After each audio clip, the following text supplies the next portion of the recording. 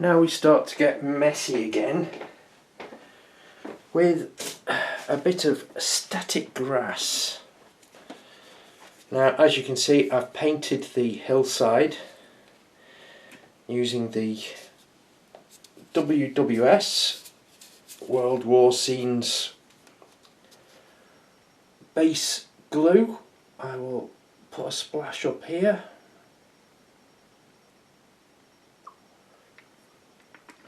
Doing little bits at a time. Spread it around with a brush. Now this is pretty well watered down.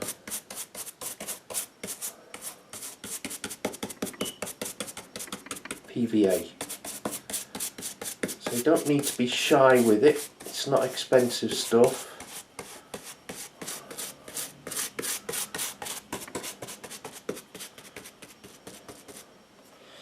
Put a bit more on. I'll do this section here.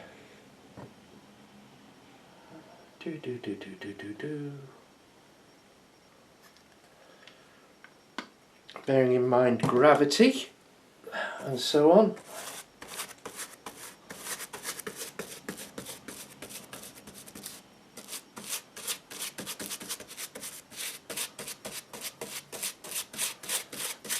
Now, World War Scenics recommend that you start off with a 2mm static grass. That's what we're going to do as a base, and then you build up from there. And of course, as the famous and glorious Jennifer Kirk says, what you want to do is layer it, build up the texture of your colours and your grasses, etc., because in nature you get a rich texture of different layers to build up a scene. Every year you have autumn, leaves fall, they create new soil, new foliage goes on top, and then you get a mixture of new and old. As the seasons change, it's not uniform. So a bit of depth and a bit of texture is always beneficial. And because this is a grass coating on a scene that is going to get additional bushes and various other bits and bobs, we don't have to worry too much about being delicate and careful in how we apply the grass. Right, I've got a reasonably large section there. Just get as much as I can out of the brush so that I can put it down. Right, so I've got quite a large section there.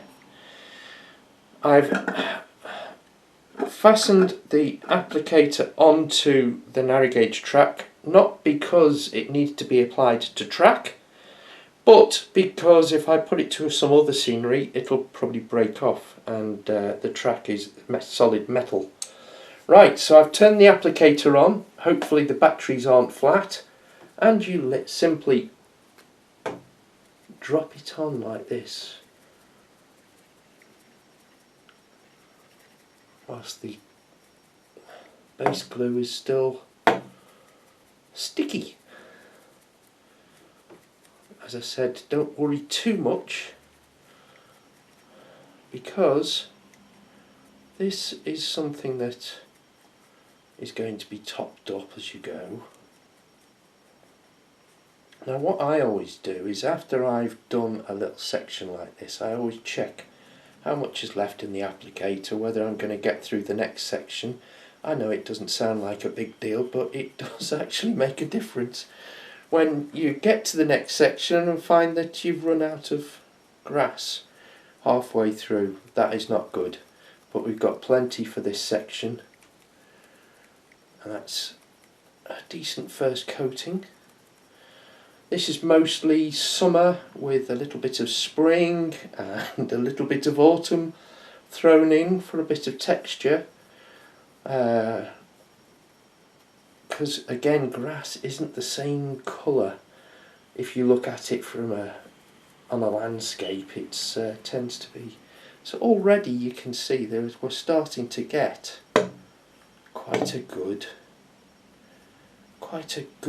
natural grassy look, and I would say that the applicator's pretty empty, so we got that pretty well right. Now to put a slightly different mix of grasses into the applicator, and I can go on to the next section, get closer to the camera. But hopefully you can see the difference already starting to appear.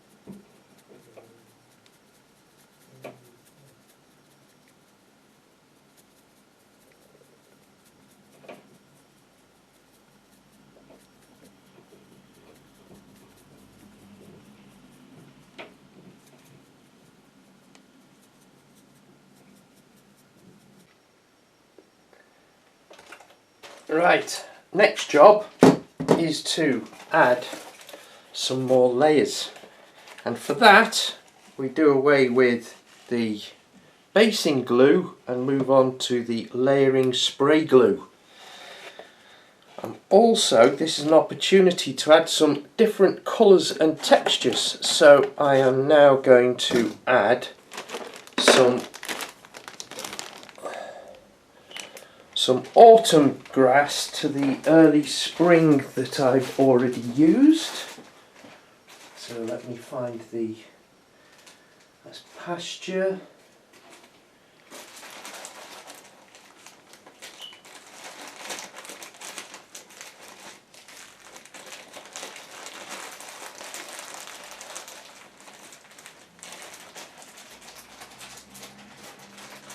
So I've got a mixture of shades here, which I will add to the mix, which is exactly what you would find in real grass areas. So pour some of this in.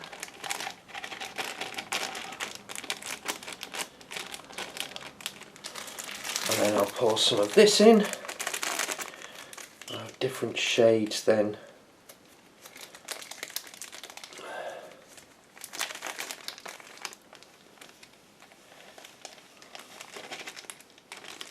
And mix them together to generate the kind of variety that you would get in natural grass. So that's those two bags. First thing to check with the spray gun, obviously you shake the can, but before you spray with the can, obviously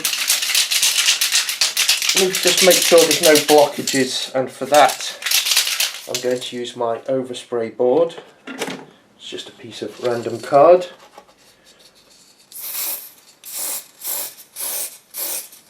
Right, that seems okay.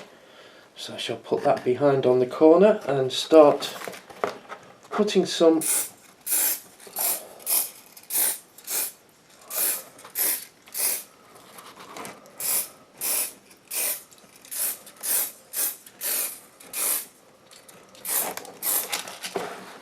down to, sorry about the shadow, but obviously I don't want to spray the whole room with glue.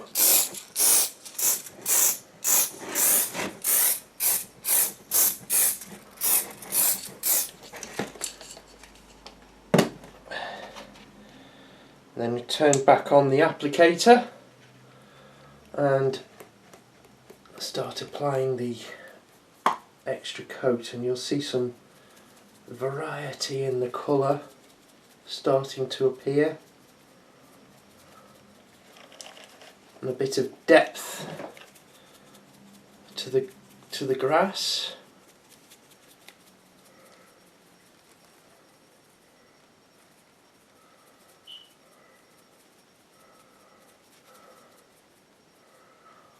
Whilst not entirely losing what was underneath.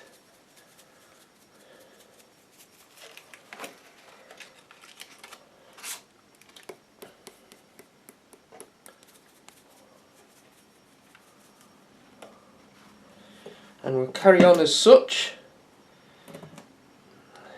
throughout the layout. So I'll do some down here.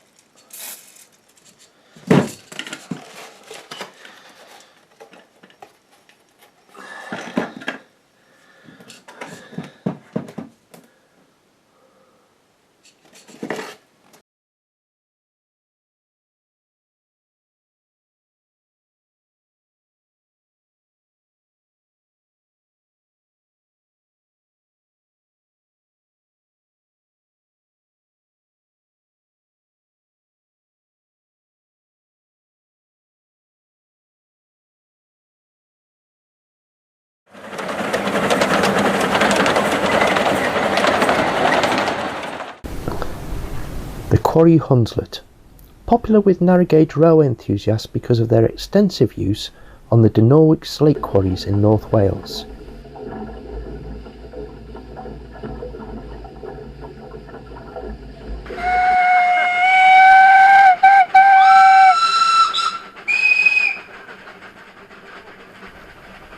In this video, we'll take a closer look at these lovely locos in their current homes.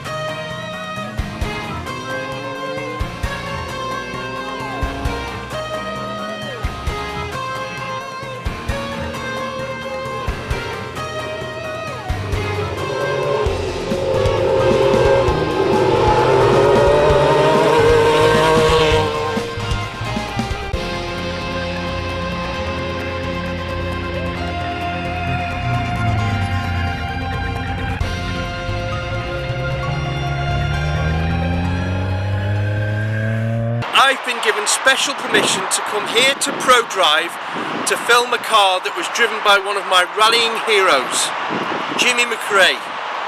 And you know, it was a year I'm glad I never missed.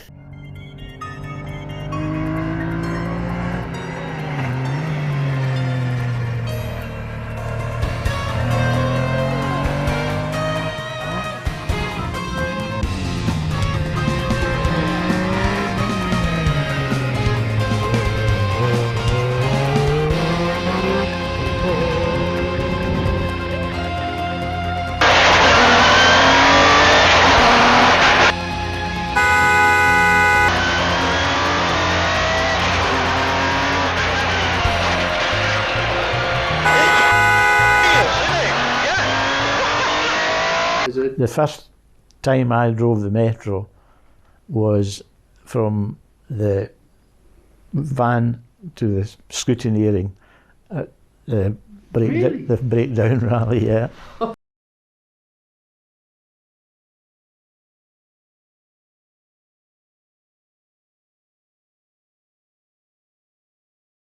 Out now on DVD, the first official DVD for Lombard Rally Bath, including an interview with rally legend David Llewellyn.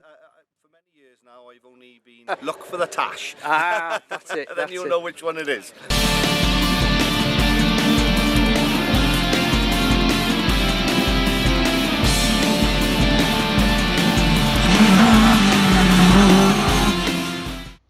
Get your copy from www.enwinsmodels.co.uk.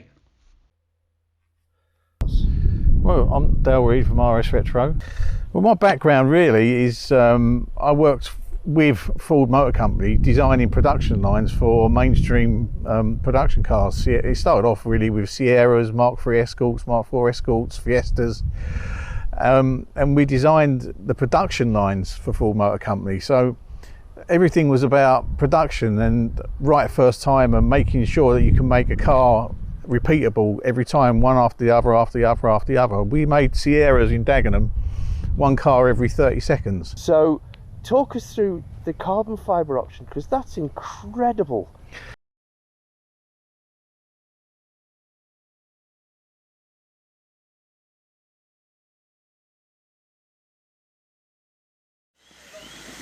A birthday party. Some relatives have turned up, as well as lots of friends and well-wishers. The story doesn't begin there, though. Actually, it doesn't begin here either. It begins a few miles down that way.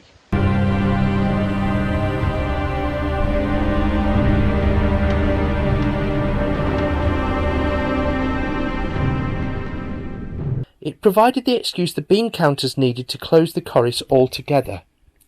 The last train ran on the 20th of August 1948, and the following day, without any notice, the railway was closed.